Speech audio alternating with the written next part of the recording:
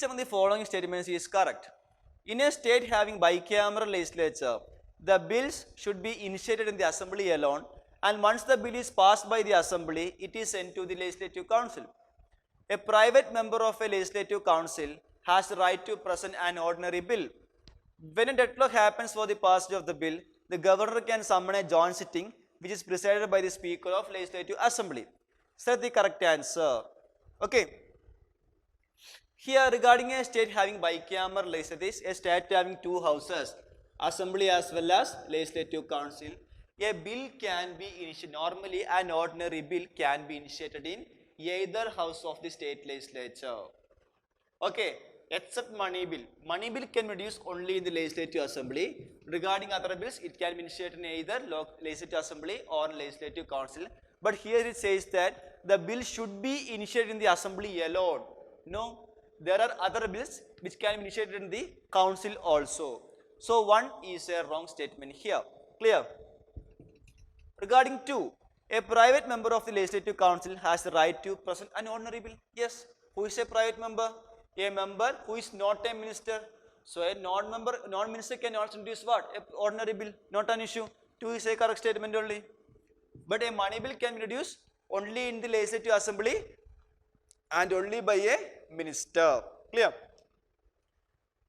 When a deadlock happens for the passage of the bill, the governor can summon a joint sitting which is presided by the Speaker of Legislative Assembly. That is a wrong statement. Why? Because regarding state legislature, there is no provision for joint sitting. In case of parliament, if there is deadlock happens for the passage of the bill, the President of India can call for a joint sitting which is presided by the Lok Sabha Speaker. But no such provision called joint sitting regarding state legislature. Why? Because in case of state legislature having bicameral setup, the legislative assembly has an upper hand over the legislative council. How? Just assume if a bill is introduced in the legislative assembly, okay, assembly passes the bill. If assembly passes a bill, see, council has few options. It can passes the bill without any amendments.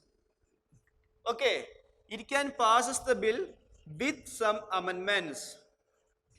Okay, it can reject the bill. Okay, it can also delay the bill or keep the bill pending. So, assembly passes the bill, council also passes the bill without amendments, then the bill is passed by both the houses, sent to the governor for assent. That is for the sign. Assembly passes the bill, council also passes the bill with some amendments. If some amendments are made, then that bill is again sent to the assembly. And if that amendments are accepted by the legislative assembly, that is also passed by both the houses, cleared, sent to the governor. But see, if that amendments are not acceptable by the legislative assembly, condition number 1, or council reject the bill, or council delay the bill for a period of 3 months time, then what happened means the legislative assembly again passes the bill. I repeat once again, when legislative assembly passes, council also passes, bill is passed. Council passes with some amendments, that amendments are agreed by the assembly, bill is passed. But the amendments are not accepted by the assembly, or council rejected the bill, or council delayed the bill for 3 months. If these conditions happen, assembly again passes the bill and again sent to whom? Legislative council. If it passes the bill, bill is passed. If it passes the bill with some amendments, or that amendments are not accepted by the legislative assembly, wait. If the council reject, wait. If the council delay for a period of 1 month again, whatever may happen, the bill is deemed to be passed by both the house of the state legislature. That is, in the second time, when the bill is sent by the assembly second time, whatever may happen, after 1 month, bill will become automatically passed by both the house of the state legislature.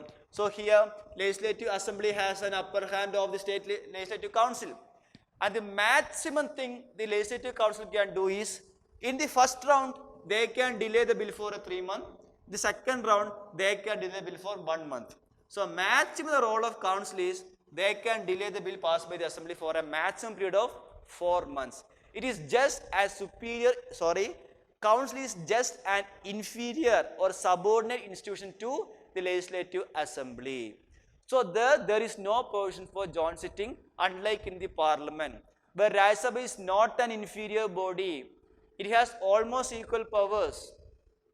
If Rajya Sabha rejects a bill or delays the bill for 6 months, or amendments are not accepted by the Lok Sabha, then the President of India can call for a joint sitting regarding the parliament, and that provision is not here for state legislature. So 3 is a wrong statement, 1 is a wrong statement, 2 is the only statement correct here. So answer becomes option B, that is 2 only. Okay.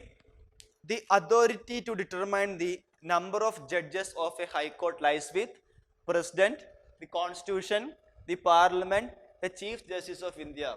The Constitution does not given the criteria or does not define the number of judges of High Court. It is left to the President of India. So the number of judges of High Court is determined by whom?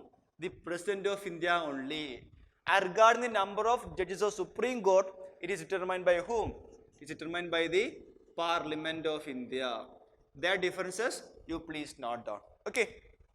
Next, it is not possible to amend a rigid constitution like the Constitution of USA. A flexible constitution can easily be amended by the unilateral action of the central legislature alone.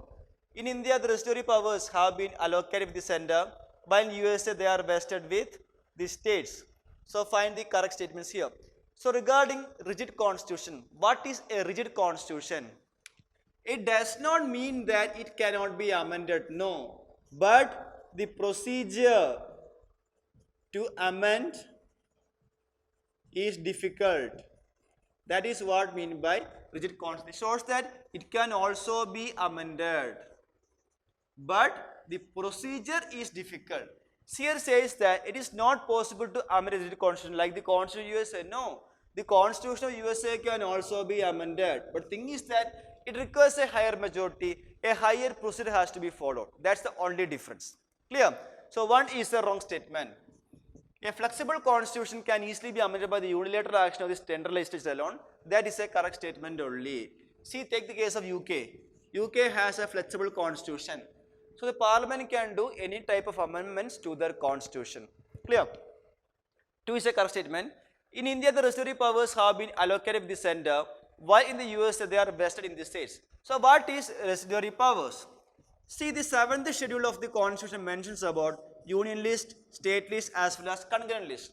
So in subjects under a union list, the parliament can make laws. Subjects under state list, state can make laws. Subject under concurrent list, both parliament and state can make laws. If any subject is not mentioned in any of these 3 lists, that is what called residuary powers. So in case of our constitution, those residuary powers are allocated to the center only and not to the states. But in case of USA, those residuary powers are given to whom? The states only and not to the center. And that's why in USA states are more powerful. Clear? Here 1 is a wrong statement, 2 and 3 are correct. So answer becomes option B, 2 and 3 only. Okay.